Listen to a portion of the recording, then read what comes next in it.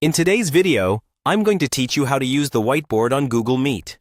Using a whiteboard in your meetings is a great way to explain ideas visually, brainstorm with your team, or walk through concepts step by step. In Google Meet, this is done using a built-in integration with Google Jamboard, which gives you a collaborative digital canvas that everyone can see and edit in real time.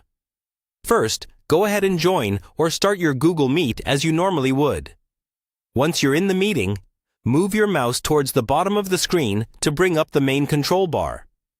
You should see the options to turn your microphone and camera on or off, as well as the button to present your screen. What you're looking for is the Activities menu, usually shown as a small icon with shapes or a similar symbol. Click on the Activities icon.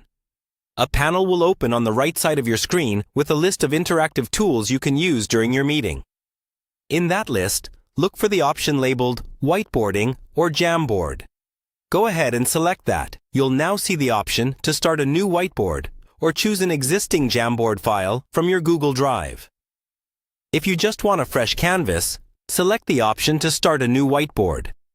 Google Meet will automatically create a new Jamboard file and link it to your meeting.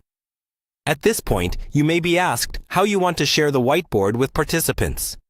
It's usually best to allow everyone in the meeting to view and edit, especially if you want true collaboration. Confirm the sharing settings, then click to open the whiteboard. A new tab will open with the Jamboard interface. You'll see a blank page in the center and a toolbar along the left side. From here, you can draw with the pen tool, add sticky notes, insert text boxes, shapes, and even images. Take a moment to hover over each icon so you know what's available. As you start adding content, everyone in the meeting who has access will see the changes live. They can also add their own notes and drawings if you've given them edit permission. This makes it ideal for group planning sessions, teaching, or explaining complex topics. When you're done, simply stop focusing on the Whiteboard tab and return to your Meet tab.